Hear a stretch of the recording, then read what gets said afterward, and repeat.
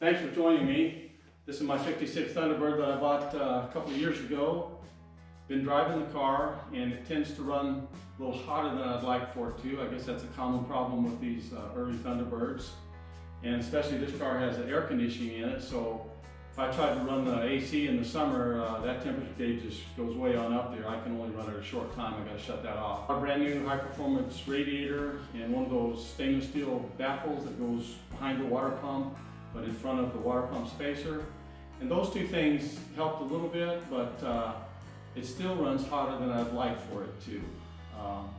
So now I bought one of these new Paragon Technologies water pump spacers that I'm going to put in, and I thought you might like to follow that process and see what kind of results I have with that.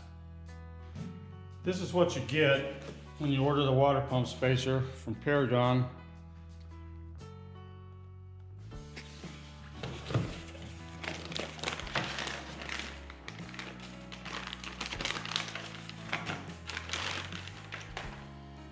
Get all the gaskets, including the thermostat and the little water neck. This is what the spacer looks like. This is the key feature right here, this little tapered area. You can go to their website to find out all the technical data, but I guess considerable amount of research and development went into this thing. And the gentleman that invented this, Chris Ames, let's see, I got his card right here.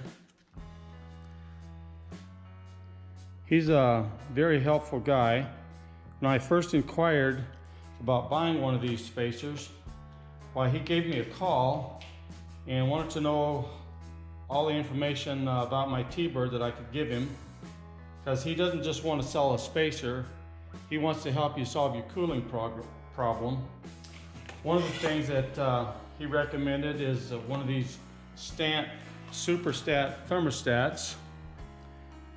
This is a number 45478, and I guess these things have some kind of technology that helps regulate the flow of the water. It doesn't just open and stay open, but it kind of got some kind of technology. You can go to Stant's website and read about that if you want to. So I'm going to replace the thermostat. This is 180 degree. I'm going to put the new spacer in.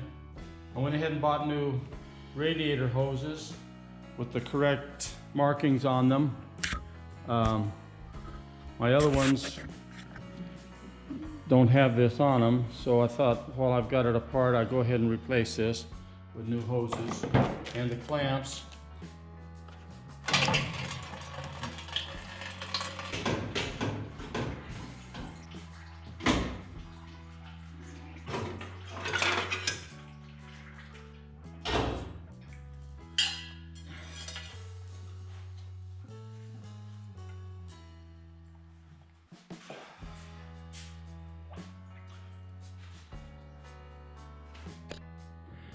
I've got all the old stuff removed now. You can take a look at these two spacers. Here's the original. You can see it's got this kind of a sharp edge right there, sharp notch, where this one, it's got a nice gradual taper down here. I guess it helps flow the water through the system a little bit better. This side here goes up against the timing chain cover, and the water pump mounts on this side. Here's that stainless baffle I was using, and I misspoke earlier. This actually goes behind the spacer right there, and it would go up against the engine like that, and then the water pump comes on this other side. I think before I said the spacer went in between the water pump and the spacer, but I mean the baffle. But the baffle actually goes behind the spacer. So I won't be using that anymore. Chris Ames recommends not to use the baffle. You don't need it with his new spacer there. And then here's the thermostat. From the top view, this is the Superstat thermostat. This is the one I pulled out of it, just a regular thermostat. From the top, they look very similar. If you get down here to the side, pull them up here, you can see better. you can see some difference. This one here is a little taller in this area here. And then one other thing I noticed, if you turn them over, the diameter of this part here versus that part is a little bigger on this one here. So anyway, I'll be going with this new thermostat. Then the other thing, I decided to go ahead and get a new water pump.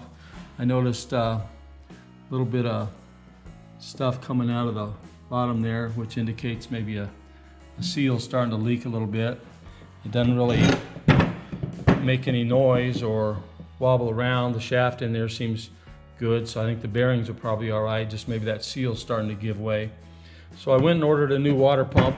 Couldn't find one in town, so I had to order one online, so it's going to be a few days before it gets in, so I'm going to kind of be on hold for just a little bit before I can put it back together.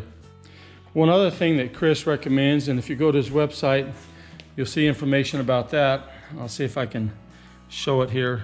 Up in this area, up in the top here, any slag or rough parts of the casting, he recommends you take a rotary file on the end of a drill motor, try to clean that all out where it's a nice smooth transition up in this area here.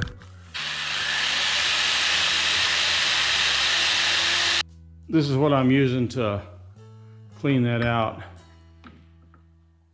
Right up in this area here, you can kind of see where I was working on it. It's a nice smooth transition coming off the edge here, going back into this area here. There's a little ramp there. You want to smooth that off if you can. I went all the way around this thing. You don't want to knock this corner off, just smooth it back in here. And what I'm going to do now, some of them have slag and stuff right around this opening here. If yours does, you need to get that off. Mine didn't have any of that, so mostly I was just working up in here and down in here. So I'm going to put the spacer on here now and just see what that transition looks like. Here it is with the spacer just loosely on here. You can see that when you come off of this edge here, there's nothing restricting the water or impeding the flow of it. It can come right around here and go straight up this ramp right here and into the opening there. So I think that's going to be pretty good. I got my new water pump in yesterday, so I put some new paint on it. It's nice and dry, so I'm ready to start installing everything, put it back together. I want to show you a couple things. With the Paragon spacer, you get these 3 gaskets with it. And this is the front side where the water pump goes on right there. This gasket that's provided with it, you can see it fits this area perfectly and has a hole in it right there to match the hole in the spacer.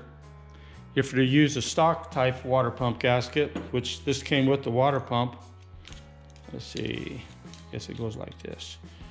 You can see that there's no seal around that water, so a certain amount of water is gonna, instead of going straight into the water pump, it'd splash out around there. Here's the hole in the water pump that it's supposed to match up with right there.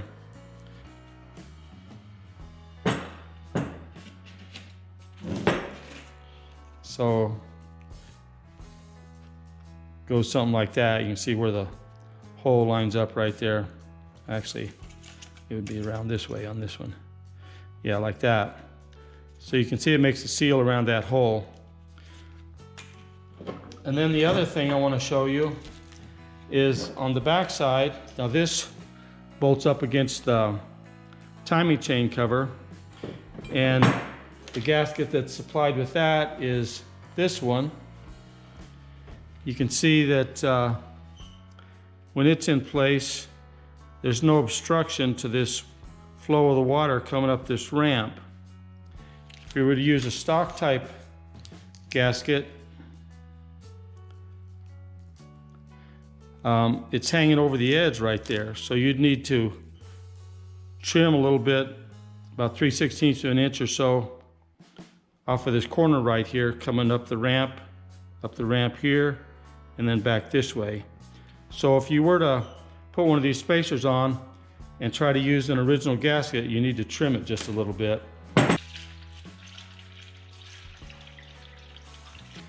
Everything's back together now, so it's time to take it out